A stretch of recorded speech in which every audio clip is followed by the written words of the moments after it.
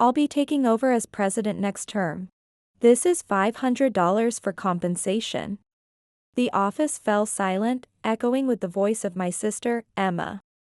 Unbeknownst to me, my husband Steve and Emma had been dating. So that was what it was all about. All the pieces in my mind finally clicked. I had always known Emma was a terrible person, but I never thought she would go this far. Moreover, $500 compensation must be a joke. I had been patient until now, but I can no longer forgive her. However, God had not forsaken me. A shocking divine punishment was about to befall Emma. My name is Jenny White, and I am 38 years old. I have a younger sister, 2 years my junior. Her name is Emma. It is often said that siblings resemble each other, but Emma and I are nothing alike. It's hard to believe we came from the same parents. I have countless complexes, one of which is my unattractive appearance. My face, covered in freckles with puffy, small eyes, is something I truly despise. But Emma has large, clear eyes and a complexion that anyone would find cute. We were so different, you wouldn't realize we were sisters unless told. Moreover, unlike me, who is extremely shy, Emma has a charming presence. Because of this, I was always compared to Emma. Even our parents would say, "Emma is so capable at everything. Why can't Jenny do the same?" Right. You should learn from Emma. It was shocking to be compared even by our own parents. But it wasn't as if no one understood me. There was someone who did understand me with all my complexes. That was my grandmother. How can I become like Emma? When I asked this, my grandmother looked me straight in the face and answered, "Jenny, you are perfect just as you are. Grandma loves you just the way you are." My grandmother was always kind to me and supported me. As a child, thanks to her, I could grow up straight even without adequate affection from my parents. But when I was in my late 20s, my grandmother suddenly passed away. During my mourning, my father, who runs a small business, introduced me to someone. That was my current husband, Steve. Steve is 5 years older than me and has a quiet personality, so he doesn't stand out. After graduating from university, he was working in my father's office. My parents, impatient with me not marrying, strongly hoped that Steve and I would get married soon and leave this house. Yes, my parents wanted me to leave the house quickly. Because it was decided that Emma would marry and live with our parents. My brother-in-law, Ryan, works for a major company, and after getting married, he planned to quit his job and work as the next president in my father's company. That's probably why I was in the way. Ryan is excellent, so we're looking forward to it. Ryan must be happy to marry Emma.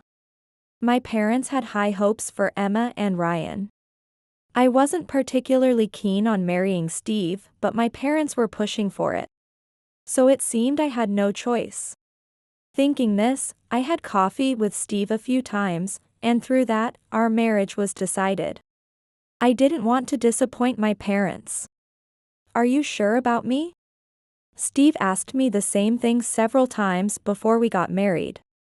At that moment, I realized that Steve also lacked confidence in himself. Perhaps someone like Steve was right for me. And so, we got married without issue. Jenny doesn't need to have a wedding ceremony, right? Emma is having a grand wedding, so we can't spare the attention. Jenny isn't the type to wear a wedding dress. Steve also said it's fine not to have a wedding ceremony, they're well suited for each other. With that, we didn't have a wedding ceremony. But even I wanted to wear a wedding dress. Yet, they always prioritized Emma for such joyous occasions. Sorry, big sis. Emma apologized to me with pride. It's sad, but this is reality. Leaving my family home, I no longer have to feel sad.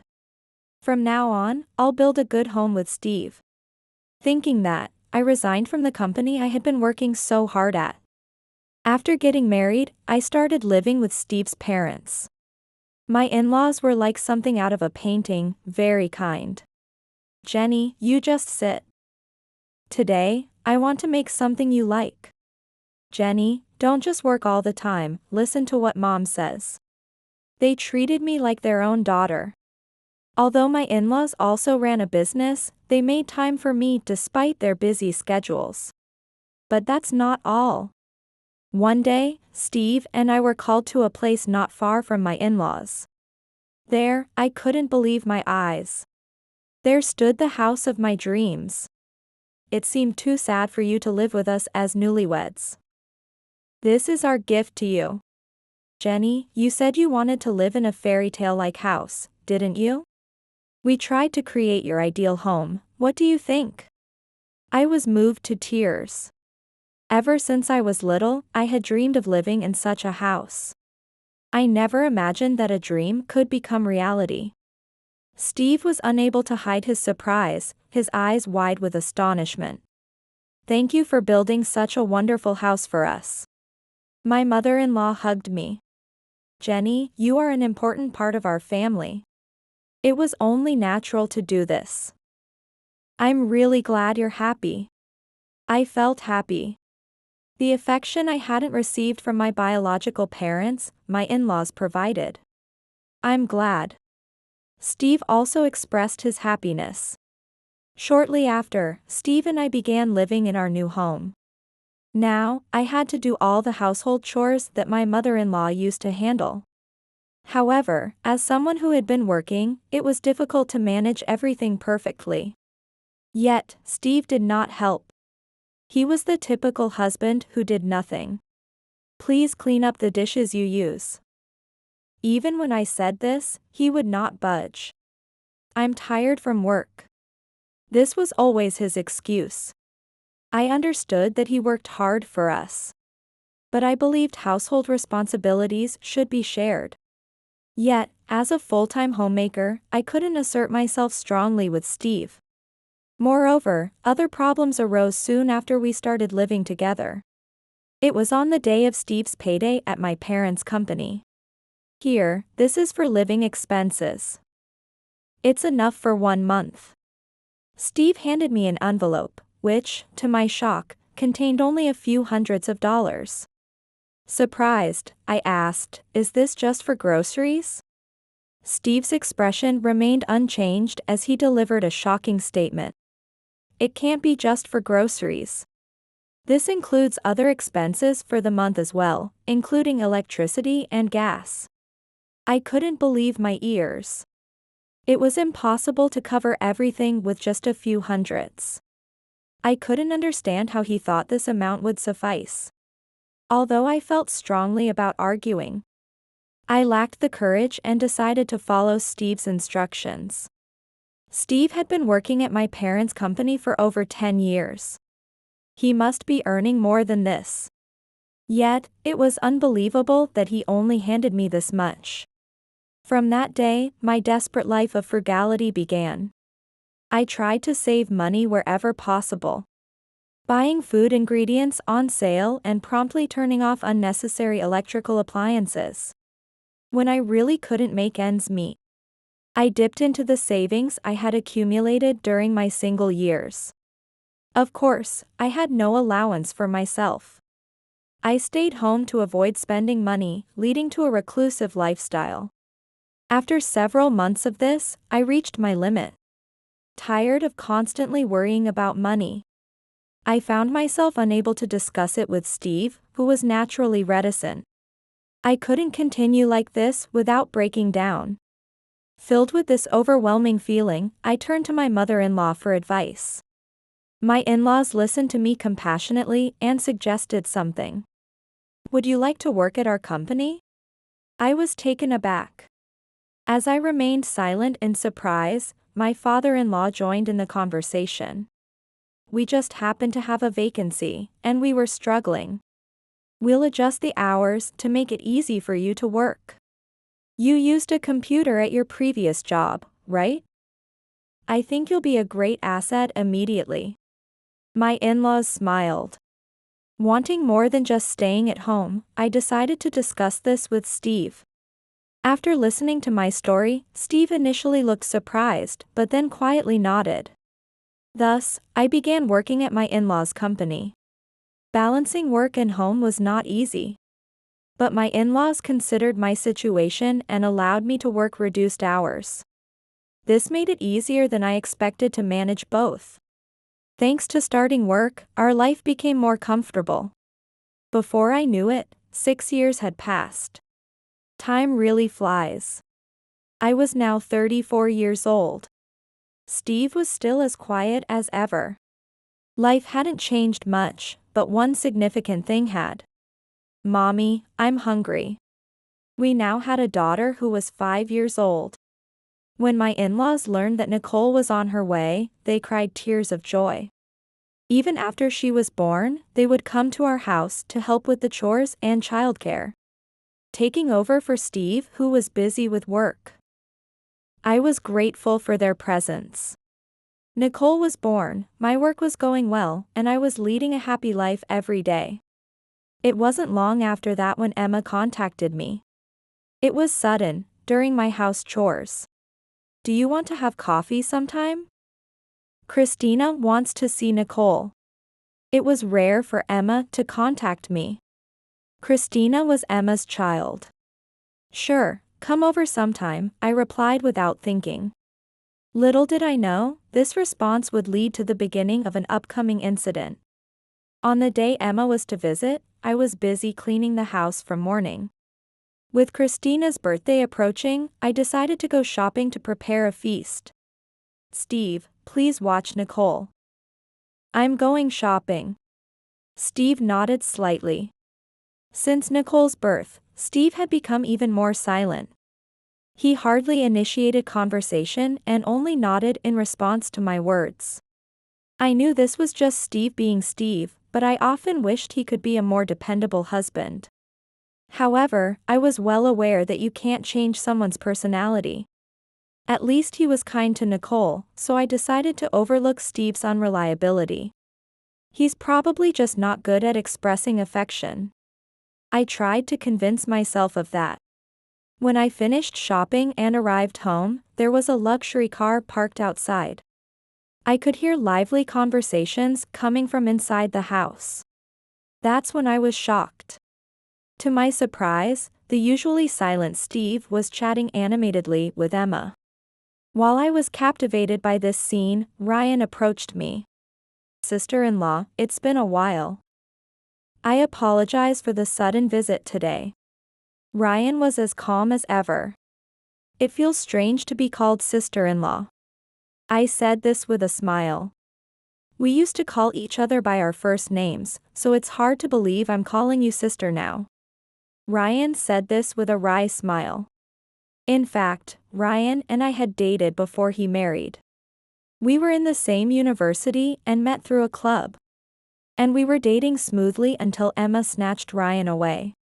Emma, who had always been spoiled, had a tendency to take whatever was mine.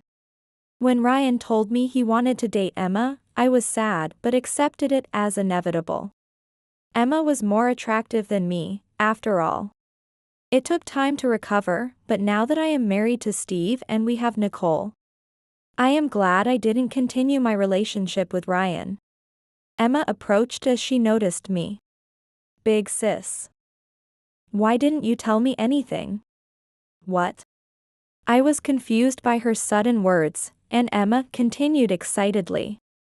Steve's family owns that old K Industries, right? Ryan was also surprised by her words. K Industries? That's the famous major company, right? It's amazing that Steve's family's company has over 3,000 employees. Emma and Ryan were ecstatic. Meanwhile, Steve looked smug for some reason. I sighed, unable to understand why Steve was looking so pleased. So, since Steve is the eldest son, he'll be the next president, right? When Emma said this, Steve smiled and replied, well, maybe. That means your family is rich. She said this with sparkling eyes. Indeed, My in-laws are not short on money, but they don't live extravagantly. Watching Emma pry into someone else's family finances didn't make me feel good. Therefore, I started preparing the feast without joining their conversation. Christina was playing nicely with Nicole. Christina, can I have that sticker? Nicole wanted the cute sticker that Christina had brought. As I cooked, I told Nicole, that's Christina's, isn't it? No. Nicole sulked at my words, but seeing this, Christina gave her the sticker she had. What a kind child. Honestly, I had assumed Christina would be selfish like Emma because of her behavior. But Christina has really grown up to be a good child. It must be thanks to Ryan. It's really good that she didn't grow up to be selfish like Emma. As I finished the cooking, thinking this to myself, Emma and Steve were still deep in conversation and didn't come to the dining table. I never thought the two of them would get along so well. Reluctantly, Ryan, the children, and I started eating without them. While eating, Ryan and I had a pleasant conversation about trivial things. I never thought I could have such a fun conversation with Ryan again after Emma took him from me. But now we both have our own families and can talk happily. Life is unpredictable. After a while, Emma and Steve joined us, and we all celebrated Christina's birthday together. Everyone was smiling throughout, enveloped in a cheerful atmosphere. After chatting for a while, Emma and her family left. From the next day, Steve began to talk less and less with Nicole and me. I don't know why, but he seemed withdrawn. Steve always becomes like this when he's busy with work. I assumed this time was no different. One time, when I came home from work as usual, I heard happy voices in the living room. Curiously, I went inside and found Emma there. Emma had prepared a feast, and everyone was gathered around the dining table. Christina and Ryan were not there. I wondered why only Emma was here. As I thought this, Emma said something shocking. Big sis is busy, right? You haven't been making proper meals for Steve and Nicole, have you? I was nearby, so I made dinner. I was stunned. Indeed, I hadn't been able to cook elaborate meals due to work. But there was never a day without dinner. And this was none of Emma's business. While I was inwardly irritated, I thanked her, but Nicole unexpectedly said something. Mom, eat with us. Emma's cooking is always delicious. She made us dinner the last time you were on a business trip, too. Emma came here even when I was away on business? I was shocked. Steve was silently eating the food Emma had prepared. It seems Emma has been coming to our house frequently. Big sis, you really need to think about Steve and Nicole more when you work. Otherwise, it's sad for them. Well, I'll come and cook for a while. I never thought Emma would say such a thing to me. And I felt like I had been hit by a ton of bricks. I don't know what's going on, but Emma must be free. At that moment, I managed to suppress my feelings and got through the situation with a forced smile. But the incident happened soon after. While I was working as usual, Emma came to my office. She looked around. I wondered what she needed. As I thought this, Emma approached me. Big sis, there's something we need to talk about. She had a serious look on her face, and I decided to listen to what Emma had to say. That's when I was surprised to see Steve standing behind her. Steve? Why are you here? Steve didn't answer my question. Instead, he just kept looking at Emma. The employees present were also watching our exchange with curiosity. Amid the tense atmosphere, I stood there stunned. Then, Emma dropped a bombshell. I've decided to break up with Ryan. What? I'm pregnant. It's Steve's baby. Steve's? What do you mean? I was thrown into a panic. An employee working nearby covered their mouth with their hand. and then quickly stood up and ran off somewhere. The usually quiet Steve finally spoke up. I'm going to marry Emma. We're having a child, and I want to be with her. I was speechless. Steve actually wanted to marry me all along. Seeing Emma's smug face, I couldn't hold back my anger. After you stole Ryan from me and married him, now you say this? What about Christina? Emma started laughing in response to my desperate question. We'll take Christina with us. Ryan is a boring person. I'm taking over as the next president. Here's $500 for consolation. Emma's voice echoed through the now silent office. Steve and Emma had been seeing each other behind my back. Emma coming to my house to cook in my place. Steve becoming increasingly silent, it all made sense now. All the pieces in my mind finally clicked. A wordless rage bubbled up inside me. And to think she's joking about a consolation payment of just $500. However, the employees who had been watching our exchange started laughing. Is it really that funny that a real sister steals her sister's husband? I won't let you laugh at me. I'm going to be the wife of the next president. Emma began to get angry. She seemed oblivious to everything. Pulled into the employees' laughter, I found myself starting to laugh as well. What's so funny? That's right. We're serious here. As the two of them started getting angry, one of the employees spoke up. The next president is actually your wife. The office fell silent at the employee's words. Steve was at a loss for words. What? That can't be right. I'm the only son of the president. Emma also shouted in disbelief. You're just saying that to kick us out, aren't you? It's already decided that Steve will be the next president, not Jenny. They seemed unwilling to believe anything else. Just then, the door burst open, and the air in the office shifted dramatically. The company's president, my father-in-law, appeared. What's all this commotion? Dad, I'm the next president, right? The employees are jokingly saying Jenny is going to be the next president. Tell everyone it's me. The father-in-law started laughing. I was just informed by an employee who came running to me. But you want to divorce Jenny and marry her sister, Emma? His face turned red with anger. I'm sorry for the late report.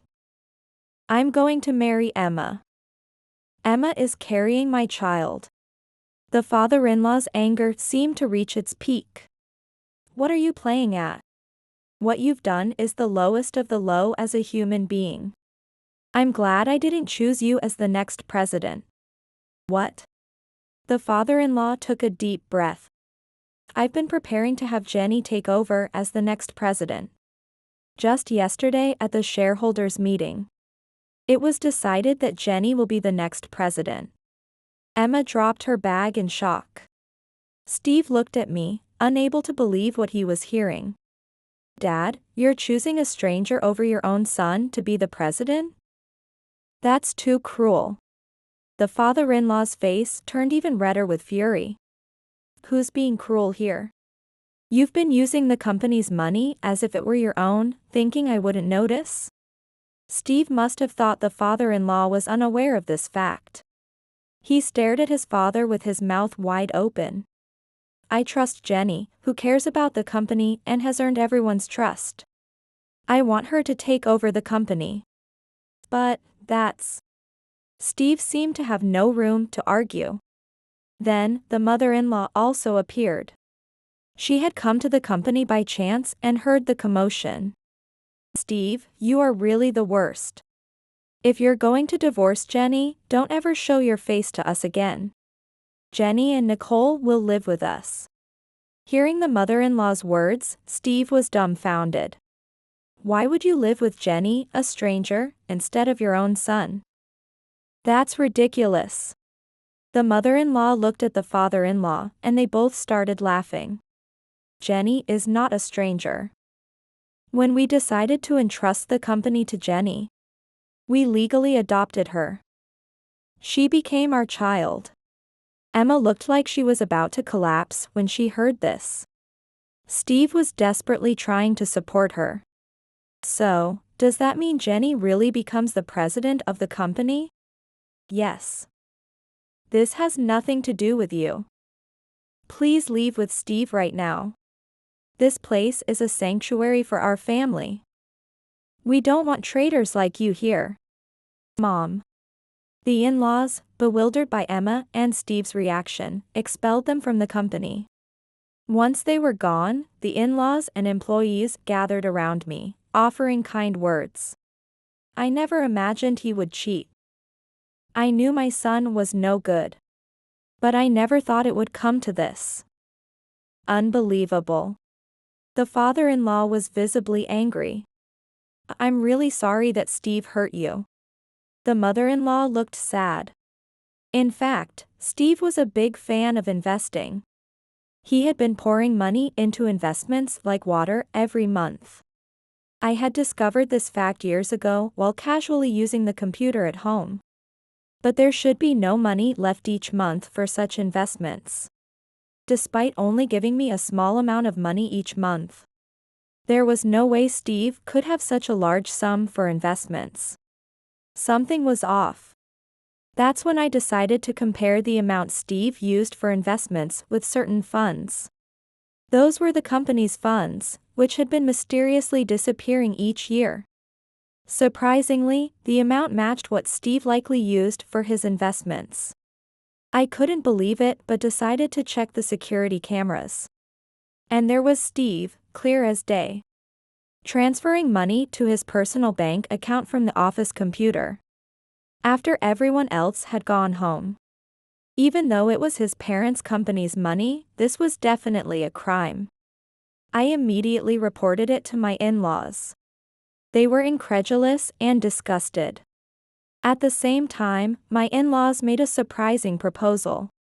We're getting old and thinking of retiring from the company. Since our son has proven himself to be the lowest of the low by misusing our money, the only person we trust is you, Jenny. Actually, we had decided even before all this happened that you would be our next president. Me, the president? I was speechless, but then my mother-in-law continued. Would you consider becoming our adopted daughter? We talked to your parents about it, and they were very supportive. I had never imagined that my in-laws would offer to adopt me. It was a bit sad that my parents didn't object, but it was expected. I was happy to become the adopted child of in-laws who treated me like their own daughter. I accepted their offer. That's why I was decided to be the next president. Emma, unaware of this fact, probably thought that by marrying Steve, she would become the next president's wife. My in-laws cut off all contact with Steve and started living with Nicole and me. I immediately filed for divorce. The divorce from Steve was officially finalized. Of course, I retained custody of Nicole.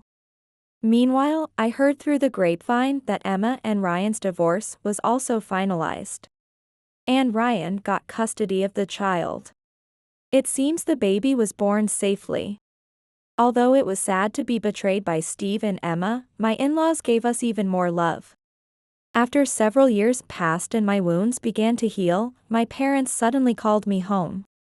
They seemed agitated. I didn't want to go anywhere where Steve and Emma might be, but I felt I had no choice. My in-laws, concerned, decided to come with me. When we arrived at my childhood home, I noticed something was off. The company next to my father's house was closed. My in-laws and I entered the house, puzzled. There were my distraught parents and Emma with tear-stained eyes. And next to them, Steve, who looked embarrassed, was standing. As soon as they saw me, my parents clung to me. Jenny. Please, we need money. What? As I was confused, my father continued. Steve has put this house and my company as collateral for a loan. My in-laws and I were too shocked to speak. I hadn't expected him to go that far. It was probably to get money for his investments. As my in-laws and I were still in shock, Emma raised her voice. This is all your fault, big sis. You're the president, so you must have a lot of money, right? Fix your ex-husband's mess. I was stunned. Why should I help the traitors? As I stood there dazed, my parents sided with Emma. If you hadn't become the president, Emma could have been the president's wife. Steve wouldn't have needed to borrow money. That's right. Take responsibility. Their claims were absurd. I had endured many things growing up in this family. But this time, it was too much. I took a deep breath and looked at my in-laws, who seemed to feel the same. Their faces red with anger. Then, my father-in-law spoke before I could. What are you talking about? We've cut ties with Steve. Consequently, his debts have nothing to do with us. My parents were stunned by his words. How can you cut ties with your own son? Even if you cut ties, he's still your child. Wouldn't you normally want to help? Father raised his voice, but my mother-in-law calmly held my hand and responded. We're no longer Steve's parents. Besides, we now have a new, precious daughter. The mother-in-law said this, smiling at me. My parents' eyes widened. Jenny is our child. Come here, Jenny. She said this while pulling on my arm. However, I quickly shook her off and glared at her. What now? Mom and Dad, you always cared more about the traitor Emma than about me, didn't you? Just keep doing that. You are nothing more to me than people who gave birth to and raised me. I don't consider you my parents anymore. Don't ever contact me again. When I said this, my parents turned pale and collapsed to the ground. Emma, seeing this, screamed. I shouldn't have divorced Ryan if it was going to be like this. Steve doesn't help with the housework, his salary is low, and it's the worst. Then, a man's voice came from behind us. I'm happy I divorced you. Now, I'm working at Jenny's company. They treat Christina well, and I'm satisfied. I'm really glad I divorced you. Ryan was furious. He had apparently come because he was worried about me. What are you saying? You're just lonely without me, right? Emma said this confidently. What was she talking about? My in-laws laughed. It seems your sister is very confident in herself, Jenny. Ryan also laughed at the father-in-law's comment. Then, he decided to tell the truth. I'm happy now. I don't miss Emma at all. In fact, I feel relieved. What? Emma and Steve looked at each other in disbelief. I hadn't mentioned it yet. Ryan and I are getting remarried. All thanks to you, Emma. Thank you. When I said this, Emma's eyes widened as much as possible. What? That can't be. Are you kidding? We're planning a wedding, and we don't have any money to give you. You'd better try your best. Oh, and don't contact us again. I'm tired of dealing with a plague like you. I said this and left the house with my in-laws and Ryan. As we left, Emma's cries of frustration could still be heard from the house. Afterwards, my parents, who had taken on Steve's debts, struggled to repay them but failed due to the enormous amount. The bank executed the mortgage, and they lost both the company and the house. They rented a small apartment and somehow managed to survive with Emma, her child, and my parents. Emma and Steve got divorced. Steve was overwhelmed by compensation and child support payments. They frequently came to my in-laws asking for money. But we locked the door and didn't even let them in. They had betrayed me and Nicole, and this was only fair. They should just crawl through their lives. Ryan and I got married. Now we live happily in a house gifted by my in-laws, together with Ryan, Nicole, and Christina. Meeting the right people is crucial in life. Without my in-laws, I wouldn't be who I am today. I plan to cherish every encounter and lead a happy life moving forward.